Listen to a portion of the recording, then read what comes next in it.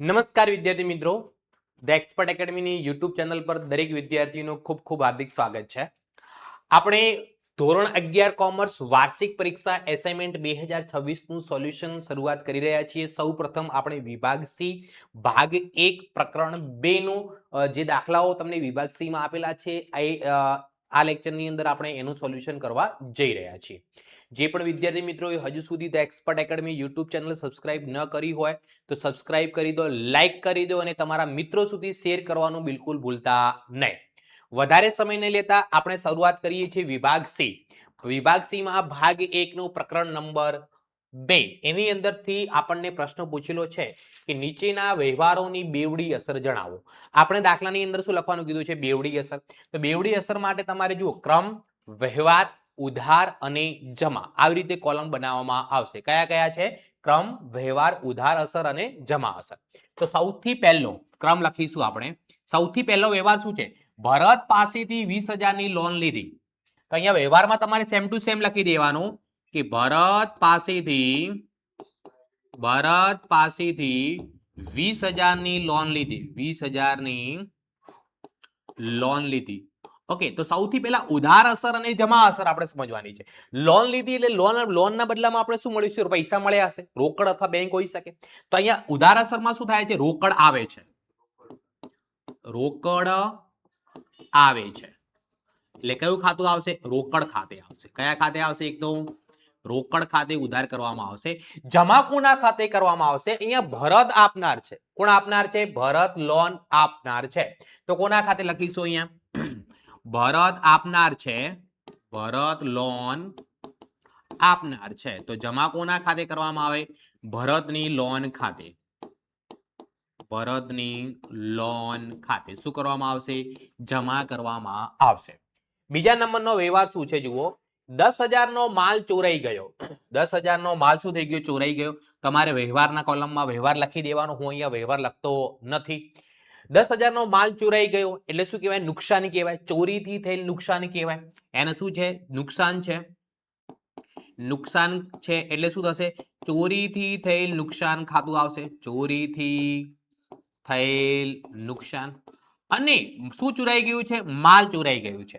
માલ ચોરાઈ ગયું એટલે અન્ય રીતે માલની જાવક કહેવાય. અને જ્યારે અન્ય રીતે માલની જાવક હોય એવા સંજોગોમાં ખરીદ ખાતે જમા કરવામાં આવે. તો અહીંયા લખીએ માલ જાય છે. માલ શું થાય છે? જાય છે. જાય તો જમા થાય. હેના? કોના ખાતે લખવાના? ખરીદ ખાતે. કોના ખાતે લખવામાં આવે? ખરીદ ખાતે લખવામાં આવે. ત્રીજા નંબરનો વ્યવહાર શું છે? જુઓ, રાજુને 15,000 ના માસિક પગારથી નોકરીમાં રાખ્યો છે. કોઈ વ્યવહાર કર્યો નથી, પગાર ચૂકવ્યો નથી. તો it's call non economic transaction. આવા વ્યવહારને કયો વ્યવહાર કહેવામાં આવે? બિન આર્થિક વ્યવહાર કહેવામાં આવે. કયો વ્યવહાર કહેવામાં આવે? બિન આર્થિક વ્યવહાર કહેવામાં આવે. તો બિન આર્થિક વ્યવહારની નામાના ચોપડે કોઈ પણ પ્રકારની નોંધ કરવામાં આવતી નથી. ક્લિયર? પહેલા દાખલામાં કમ્પ્લીટ વિદ્યાર્થી મિત્રો ખબર પડી ગઈ? યસ અથવા નો કોમેન્ટ તમારે કરી લેવાની રહેશે. ઓકે, આગળ વધીએ. આગળ વધતા પહેલા વાત કરું તમને સુપ્રીમ બેચ ધોરણ 12 કોમર્સ. તમે આવતા વર્ષે એટલે થોડા જ મહિનાની અંદર 12 કોમર્સની અંદર આવવાના છો. તો આપણે ઓનલાઈન લેક્ચર ચાલુ થવા જઈ રહ્યા છે, જેની અંદર સુપ્રીમ બેચમાં લાઈવ ક્લાસીસ હશે, રેકોર્ડેડ લેક્ચર મળશે અને રેગ્યુલર ટેસ્ટ લેવામાં આવશે. આ બેચની શરૂઆત 20 એપ્રિલ 2026 થી થઈ જશે. એના 20 તારીખથી આપણે 12મું ધોરણ ભણવાનું ચાલુ થઈ જશે. જે પણ વિદ્યાર્થી મિત્રો આ બેચની અંદર જોડાવા માંગતા હોય તો એમને હું મોબાઈલ નંબર આપી દઉં છું. આપણો મોબાઈલ નંબર રહેશે 9737448382. અહીંયા લખી દઉં છું 9737448382. ઓકે, આ સુપ્રીમ બેચની અંદર તમને નામાના મૂળ તત્વો, આંકડાશાસ્ત્ર, અર્થશાસ્ત્ર, વાણિજ્ય વ્યવસ્થા અને સંચાલન અને એસપી આ 5 વિષયો તમને ભણાવવામાં આવશે. રેગ્યુલર શરૂઆતથી જ પહેલા દિવસથી તમને જ્યાં સુધી તમારી બોર્ડની પરીક્ષા પૂરી ન થાય ત્યાં સુધી સુપ્રીમ બેચની અંદર ભણાવવામાં આવશે. અત્યારે પણ ધોરણ 11 કોમર્સ માટે રોજ સાંજે 6:15 વાગે એને રોજ સાંજે 6:15 વાગે 6:15 આપણે લાઈવ લેક્ચર હોય જ છે, જેની અંદર એકાઉન્ટ અને આંકડાશાસ્ત્રનું સિલેબસ ફ્રી ઓફ કોસ્ટમાં ભણાવવામાં આવે છે. એનો અલગથી કોઈ ચાર્જ રાખેલો નથી. જે પણ વિદ્યાર્થી મિત્રો હજુ સુધી આપણા વોટ્સએપ ગ્રુપમાં ન જોડાયેલા હોય તો નીચે ડિસ્ક્રિપ્શનની અંદર વોટ્સએપ ગ્રુપની લિંક આપેલી છે. એ લિંકનો ઉપયોગ કરી અને તમે વોટ્સએપ ગ્રુપની અંદર જોઈન થઈ શકો છો. ચલો તો હવે આપણે આગળ વધીએ બીજા નંબરના દાખલા તરફ કે નીચેના વ્યવહારોની બેવડી અસર જણાવો. નર્મદા નિગમના 3000 ના બોન્ડ ચેકથી ખરીદ્યા. તો સૌથી પહેલા નંબરનો વ્યવહાર સૌથી પહેલા તમારે લખી દેવાનો કે નર્મદા નિગમના 3000 ના બોન્ડ ચેકથી ખરીદ્યા. ખરીદ્યા એટલે આપણે શું કર્યું કહેવાય? રોકાણ કર્યું કહેવાય, ઇન્વેસ્ટમેન્ટ કર્યું કહેવાય. ક્યાં ઇન્વેસ્ટમેન્ટ કર્યું? કે નર્મદા નિગમના રોકાણો બોન્ડ ખાતે. તો અહીંયા ઉધાર અસરમાં કોના ખાતે આવશે? નર્મદા નિગમના બોન્ડ ખાતે લખવામાં આવશે. અને જમા અસર ચેકથી ખરીદ્યું એટલે પૈસા ચેકમાંથી જાય, બેંકમાંથી જાય છે. તો જમા અસરમાં કોના ખાતે લખવામાં આવશે? બેંક ખાતે જમા થશે. કેમ કે બેંકમાંથી પૈસા શું થાય છે? જાય છે. એટલે બેંક ખાતે શું કરવામાં આવશે? જમા કરવામાં આવશે. બીજા નંબરનો વ્યવહાર છે. બીજા નંબરના વ્યવહારમાં આપણને શું કીધું છે કે પુત્રનું જીવન વીમા પ્રીમિયમ 5000 ચેકથી ભર્યું. તો વ્યવહારમાં તમારે લખી દેવાનું પુત્રનું જીવન વીમા પ્રીમિયમ ₹5000 ચેકથી ભર્યું. તો આ જુઓ ઘરનો ખર્ચ છે, ધંધાનો ખર્ચ નથી. પુત્રનો જીવન વીમા પ્રીમિયમ ભર્યું છે એટલે ધંધાનો માલિક લાભ લેનાર છે એટલે ઉપાડ ખાતે ઉધાર કરવામાં આવે. ઉપાડ ખાતે શું કરવામાં આવે? ઉધાર કરવામાં આવે. અને ચેકથી ભર્યું એટલે પૈસા ક્યાં ગયા? બેંકમાંથી. તો કોના ખાતે જમા અસર કોના ખાતે જશે? તો કે બેંક ખાતે જમા કરવામાં આવે. બેંક ખાતે શું કરવામાં આવે? જમા કરવામાં આવે. ઓફિસ ખર્ચ ચૂકવવા બેંકમાંથી 15000 રોકડા ઉપાડ્યા છે. ઓફિસ ખર્ચ હજુ ચૂકવ્યો નથી.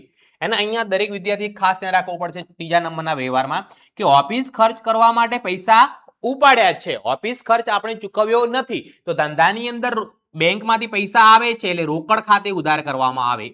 રોકડ ખાતે ઉધાર કરવામાં આવે અને બેંક ખાતે શું કરવામાં આવશે? જમા કરવામાં આવશે. બેંક ખાતે શું કરવામાં આવે? જમા કરવામાં આવે. ક્લિયર? કોઈ ડાઉટ આની અંદર? ચલો આગળ નેક્સ્ટ પ્રશ્ન તરફ જઈએ આપણે. ત્રીજા નંબરનો દાખલો. નીચેના વ્યવહારોની બેવડી અસર સમજાવો. સૌથી પહેલો વ્યવહાર લખી દેવાનો તમારે કે નગરપાલિકાના કરવેરા 2850 ચેકથી ચૂકવ્યા. તો કરવેરા એ ધંધા માટે ખર્ચ કહેવાય. ધંધા માટે ખર્ચ હોવાથી ઉધાર થાય. કોના ખાતે કરીશું? લખીશું અહીંયા કરવેરા ખાતે ઉધાર. કરવેરા ખાતે ઉધાર. પૈસા કેવી રીતે ચૂકવ્યા છે? ચેકથી. એટલે બેંકમાંથી પૈસા જશે એટલે કોના ખાતે લખવામાં આવશે? બેંક ખાતે જમા કરવામાં આવે. બેંક ખાતે શું કરવામાં આવશે? જમા કરવામાં આવે. ચલો બીજા નંબરનો વ્યવહાર શું છે? બેંકે બેંક ચાર્જીસના 360 પાસબુકમાં નોંધ્યા છે. બીજા નંબરનો વ્યવહાર બેંકે બેંક ચાર્જીસના 360 પાસબુકમાં નોંધ્યા છે. તો બેંક ચાર્જીસ ધંધા માટે ખર્ચ છે તો ઉધાર કરવામાં આવશે. બેંક ચાર્જીસ ખાતે ઉધાર. બેંક ચાર્જીસ ખાતે ઉધાર. બેંકે પાસબુકમાં નોંધ્યા એટલે બેંક સિલકમાં ઘટાડો થયો હશે. બેંક સિલક ઘટે એટલે બેંક ખાતે શું કરવામાં આવે? જમા કરવામાં આવે. બેંકમાંથી પૈસા જાય છે, જાય તો જમા બેંક ખાતે. ચલો છેલ્લો ₹900 નું ડિવિડન્ડ વોરંટ મળ્યું જે બેંકમાં ભર્યું. તો એ આપણી આવક છે. ડિવિડન્ડ આપણી શું છે? આવક. એ આવક ક્યાં આવી રહી છે? બેંકમાં આવી રહી છે. તો બેંક બેલેન્સ વધે છે, બેંકમાં પૈસા આવે છે. બેંકમાં પૈસા આવે તો ઉધાર અસરમાં શું લખવામાં આવશે? બેંક ખાતે. અને કોની આવક છે? તો ડિવિડન્ડની. તો જમા અસરમાં કોના ખાતે લખવામાં આવશે? ડિવિડન્ડ ખાતે જમા કરવામાં આવશે. કોના ખાતે જમા કરવામાં આવશે? ડિવિડન્ડ ખાતે જમા કરવામાં આવશે. ક્લિયર? ચલો આગળ વધીએ આપણે. ચોથા નંબરનો નીચેના વ્યવહારોની બેવડી અસર જણાવો. પહેલો સૌથી પહેલો વ્યવહાર શું છે? જુઓ કે ₹7500 નો ક્રોસ ચેક અનીસા પાસેથી મળ્યો. ક્યાંથી મળ્યો આપણને? અનીસ પાસેથી ક્રોસ ચેક મળ્યો. તો આપનાર કોણ છે? અનીસ. અને શું મળ્યો છે આપણને? ચેક. ચેક મળ્યો એટલે પૈસા ક્યાં જવાના? બેંકમાં. બેંકમાં જવાના છે એટલે બેંકમાં પૈસા આવે એટલે બેંક ખાતે ઉધાર લખવામાં આવશે. બેંક ખાતે ઉધાર કરવામાં આવશે. આપનાર કોણ છે? અનીસ. તો અનીસ ધંધામાં લાભ આપનાર છે તો અનીસ ખાતે શું કરવામાં આવશે? જમા કરવામાં આવશે. અનીસ ખાતે શું કરવામાં આવશે? જમા કરવામાં આવશે. ચલો બીજા નંબરનો વ્યવહાર. બીજા નંબરનો વ્યવહાર આપણને શું આપેલું છે? જોઈ શકો તમે. ₹8000 નું અંગત ફર્નિચર ધંધામાં લાવ્યા. ધંધાનો માલિક ધંધાની અંદર અંગત મિલકતો લાવે એને મૂડી કહેવાય. પણ મૂડી પેટે એને શું લાવ્યું છે? ફર્નિચર. ફર્નિચર મિલકત આવે છે, આવે તો ઉધાર કરવામાં આવે. કોના ખાતે? ફર્નિચર ખાતે ઉધાર કરવામાં આવે. કોણ લાવે છે?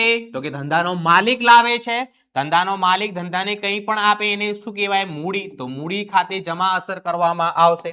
ચલો એના પછી ત્રીજા નંબરનો વ્યવહાર છે ₹4500 ના ભાડાના મળ્યા. એટલે પૈસા મળે છે, રોકડ આવે છે. રોકડ આવે તો ઉધાર અસરમાં લખવામાં આવશે રોકડ ખાતે. અને શેના મળે છે આપણને? ભાડાના. તો આવક છે, આવક જમા થશે કોના ખાતે? ભાડા ખાતે. ક્લિયર વિદ્યાર્થી મિત્રો?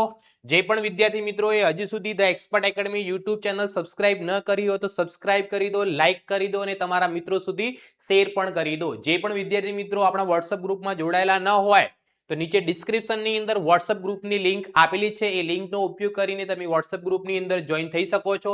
અથવા તો હું તમને વોટ્સઅપ નંબર આપી દઉં છું. વોટ્સઅપ નંબર રહેશે 9737448382. 973734448382. આ નંબર પર વોટ્સઅપ કરીને પણ તમે વોટ્સઅપ ગ્રુપની અંદર જોઈન થઈ શકો છો. અત્યારે ધોરણ 11 કોમર્સના એવરીડે સાંજે ઇવનિંગમાં આ યુટ્યુબ ચેનલ પર સાંજે 6 વાગે ઇવનિંગમાં 6:15 રોજ લાઈવ લેક્ચર દ્વારા એકાઉન્ટ અને આંકડાશાસ્ત્રનું સિલેબસ ભણાવવામાં આવે છે. ચલો આગળ વધીએ નેક્સ્ટ દાખલા તરફ. 5મા નંબરનો દાખલો. નીચેના વ્યવહારોની બેવડી અસર લખો. આની અંદર પણ આપણે શું કરવાની છે? બેવડી અસર લખવાની છે. એનો પહેલો વ્યવહાર કે 18,000 નું યંત્ર જનકને ચેકથી વેચ્યું. વેચ્યું એટલે ચેકથી વેચ્યું એટલે પૈસા આવશે. પૈસા ક્યાંથી આવશે? બેંકમાં આવશે. કેમ કે ચેકથી વેચ્યું છે. બેંકમાં પૈસા આવે એટલે ઉધાર અસર કોના ખાતે લખવામાં આવશે?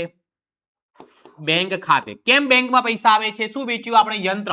તો ધંધાની અંદરથી યંત્ર જાય છે તો જમા અસર કોના ખાતે કરવામાં આવશે? યંત્ર ખાતે કરવામાં આવે. ચલો બીજા નંબરનો વ્યવહાર શું છે જુઓ. 9,000 નો માલ રજનીને રોકડેથી વેચ્યો. રોકડેથી વેચ્યો એટલે પૈસા આવે. પૈસા આવે તો કોના ખાતે ઉધાર કરવામાં આવે? રોકડ ખાતે ઉધાર કરવામાં આવે. શેના પૈસા આવે છે? કે વેચાણ કર્યું છે. કોનું? માલનું વેચાણ કર્યું છે. પૈસા માલ જાય છે એટલે કોના ખાતે લખવામાં આવે? વેચાણ ખાતે જમા કરવામાં આવે. ચલો એના પછી નેક્સ્ટ 7,500 પગારના ચૂકવ્યા. પગારના ચૂકવ્યા એટલે પગાર ધંધા માટે ખર્ચ થઈ ગયો. પગાર ધંધા માટે શું થઈ ગયો? ખર્ચ. તો કોના ખાતે લખવામાં આવે? પહેલો તો પગાર ખાતે ઉધાર અસર લખવામાં આવે. અને ચૂકવ્યા. ચૂકવ્યા એટલે કોના ખાતે લખવામાં આવશે? અહીંયા રોકડ ખાતે જમા કરવામાં આવશે. તો બીજા ચેપ્ટરમાં વિભાગ સી ના આપણને એસાઇનમેન્ટમાં 5 દાખલા આપેલા હતા. 5 દાખલાનું સોલ્યુશન આપણે કરી લીધું છે. નેક્સ્ટ લેક્ચરની અંદર આપણે કરીશું વિભાગ સી નું ચેપ્ટર નંબર 4 એટલે કે આમનોંધનું સોલ્યુશન. તો મળીએ છીએ આપણે નેક્સ્ટ લેક્ચરની અંદર.